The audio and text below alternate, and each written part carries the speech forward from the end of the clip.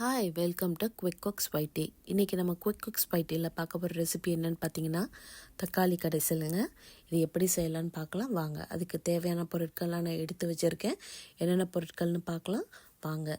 So இப்போ நான் பெரிய வெங்காயம் நறுக்கி வச்சுருக்கேன். ஒரு வெங்காயம் நறுக்கி வச்சுருக்கேன். நீங்கள் சின்ன வெங்காயம் கூட எடுத்துக்கலாம். அதுக்கப்புறம் 4 பல் பூண்டு, 2 வரமிளகாய், கொத்தமல்லி, 2 பெரிய தக்காளி, உப்பு, கொத்தமல்லி பவுடர், மஞ்சள் பொடி, மிளகாய் பொடி, முழு சீரகம், கடுகு, பெருங்காயம். இது தாங்க நமக்கு தேவையான பொருட்கள். ஸோ எப்படி செய்யலான்னு பார்க்கலாம் வாங்க. இப்போ நான் ஸ்டவ்வில் பாத்திரத்தை எடுத்து வச்சுக்கிறேன். கொஞ்சம் நான் ஹீட் பண்ணிப்பேன். எப்போவுமே ஹீட் பண்ணதுக்கப்புறம் தான் ஆயில் ஆட் பண்ணிப்பேன். ஸோ நம்ம ஆயில் ஆட் பண்ணிட்டாச்சு. ஸோ இதில் நம்ம தாளிச்சிக்கலாம். நான் இப்போ கடுகும் சீரகமும் போட்டு தாளிச்சிருக்கேன். என்கிட்ட கருவேப்பிலை இல்லை, நல்ல போல் நீங்கள் கருவேப்பிலை கூட போட்டுக்கலாம். கருவேப்பிலையும் நீங்கள் ஆட் பண்ணிக்கோங்க. சாரி இன்றைக்கி என்னால் போட முடியல. அதுக்கப்புறம் நான் கட் பண்ணி வச்சுருக்க பெரிய வெங்காயத்தையும் 4 பல் பூண்டையும் சேர்த்து அது கூட 1 டேபிள் ஸ்பூன் உப்பு போட்டுக்கிறேன். நான் ஆட் பண்ணிக்கிறேன். 1 டேபிள் ஸ்பூன் உப்பு போட்டுட்டு நல்லா வதக்கிக்கணும். அதுக்கப்புறம் நான் பெருங்காய பொடி இப்போவுமே ஆட் பண்ணிக்கிறேன். அப்போனா அதுதான் நமக்கு நல்லா அந்த வெஜிடேரியன் சாப்பிட்றவங்களாம் ரொம்ப பிடிக்கும். அந்த ஸ்மெல் அந்த இது பார்த்திங்கனாக்கா ரொம்ப நல்லாயிருக்குங்க நறுமணம். ஸோ இப்போ அதனால் அது கூட நான் 2 வரமிளகாய் ஆட் பண்ணிக்கிறேன். ஸோ இப்போவுமே உங்களுக்கு ஒரு நல்ல ஒரு அரோமா, நல்ல ஒரு ஸ்மெல் வரும். எல்லாமே சேர்ந்து நல்லா வதக்குனீங்க அப்படின்னாக்க. ஸோ நல்லா உங்களுக்கு ஒரு ஸ்மெல் வந்ததுக்கப்புறம் நீங்கள் இந்த நறுக்கி வச்சின 2 பெரிய வெங்காயத்தை போட்டுக்கோங்க.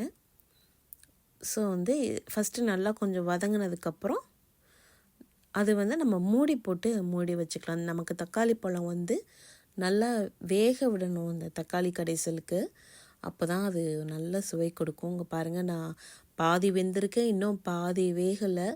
ஸோ அதனால் நான் ஸோ இப்போ அதில் கொஞ்சம் நான் ஒரு 1/2 ஸ்பூன் மஞ்சள் பொடி, உங்களுக்கு தேவையான அளவுக்கு மிளகாய் பொடி போடுங்க. என் பசங்க நிறைய காரம் சாப்பிட மாட்டாங்க. ஸோ அதனால் 1/2 ஸ்பூன் தான் நான் மிளகாய் பொடி போட்டுக்கிறேன். உங்களுக்கு காரத்துக்கு தகுந்த மிளகாய் பொடி போட்டுக்கோங்க. நான் கொத்தமல்லி பவுடர் மட்டும் எப்போதுமே கொஞ்சம் யூஸ்வலாக கூட போடுவேன்.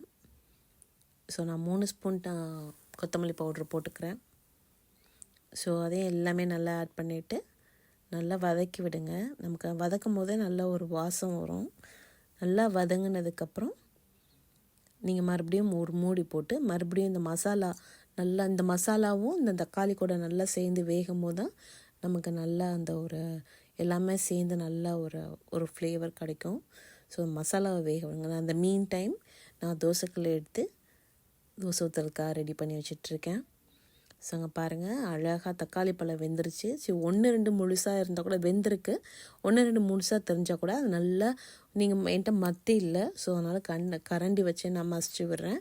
நீங்கள் மத்து இருந்தால் மத்து எடுத்து நல்லா மசிச்சு விடுங்க. ரொம்ப நல்லாயிருக்கும். நல்லா குழஞ்சி எல்லா தக்காளியும் இங்கே பாருங்கள், எல்லா தக்காளியும் நல்லா வெந்திருக்கு. ஸோ அதனால் உடனே நான் மசிக்கும் போது நல்லா குழஞ்சி வருது நமக்கு. ஸோ இப்போ நான் மறுபடியும் எதுக்கு ஒரு மூடி போட்டு மூடி வச்சுட்டு அது ஃபுல்லாக நான் வேக விட்டுடுறேன்.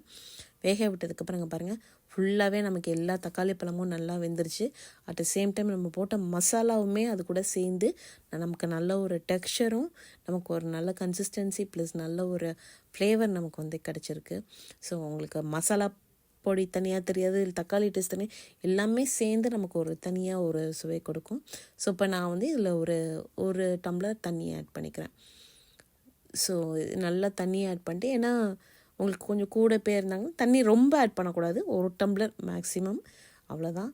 ஸோ மறுபடியும் போட்டு மூடிட்டு ஒரு 5 மினிட்ஸ் நல்லா கொதிக்க விடுங்க. அவ்வளோதான், நம்ம தக்காளி கடைசல் ரெடி ஆகிட்டு. ரொம்ப சிம்பிள். இதை வீட்டில் ரொம்ப ஒரு 5 to 10 மினிட்ஸில் ஈஸியாக செஞ்சிடலாம். ஸோ இப்போ பாருங்கள், என்னோடய தக்காளி கடைசல் ரெடி ஆகிடுச்சு. அட் த சேம் டைம் நான் தோசைக்கல்லை வச்சுட்டு தோசை ஊற்ற போகிறேன். ஸோ நான் ஒரு ட்ராப் அதில் நல்லெண்ணெய் ஊற்றிருக்கேன்.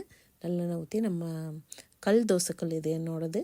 ஸோ நல்ல கல் இதற்கப்புறம் சூடானதுக்கப்புறம் நான் 2 கரண்டி தோசை மாவு ஊற்றிட்டேன். எப்போதுமே கல் சூடானதுக்கப்புறம் தான் நம்ம தோசை ஊற்றினா அது கரெக்டான ஒரு பதத்தில் வரும். கல் ரொம்பவும் சூடாக இருக்கக்கூடாது, கம்மியாக இருக்கக்கூடாது. அந்த இது நம்மளுக்கு தெரியணும். ஸோ பாருங்கள், இது லைட்டாக சூடாக இருக்குதுன்னு நினைக்கிறோம், ரொம்ப நார்மலை விட. ஸோ அதனால தான் தோசைக்கல்ல ஒட்ட மாட்டேங்குது. ஸோ வந்து ஐ திங்க் 2 minutes பிஃபோர் நான் ஊற்றி இருக்கணும். But still okay. நான் அதில் ஆயில் ஆட் பண்ணிக்கிறேன். நான் எப்போதுமே நல்லெண்ணெய் தான் யூஸ் பண்ணிக்குவேன் தோசைக்கு. ஸோ இங்கே பாருங்கள், நம்ம நல்லா கொதிக்க வச்சது 5 minutes கொதிக்க வச்சதுங்க பாருங்கள். ரொம்ப அழகாக நமக்கு வந்து தக்காளி கடைசல் நம்ம செஞ்சாச்சு. அவ்வளோதாங்க. ரொம்ப ஈஸி ரெசிபி. ஒரு 5 to 10 minutesல இன்ஸ்டண்ட்டாக நம்ம பசங்களும் ரொம்ப விரும்பி சாப்பிடுவாங்க. எல்லாருக்குமே ரொம்ப பிடிக்கும். ஸோ இதில் நான் லாஸ்ட்டாக கொத்தமல்லி இலைகளை ஆட் பண்ணிக்கிறேன். ஸோ அங்கே பாருங்கள், ரொம்ப அழகாக வந்திருக்கு.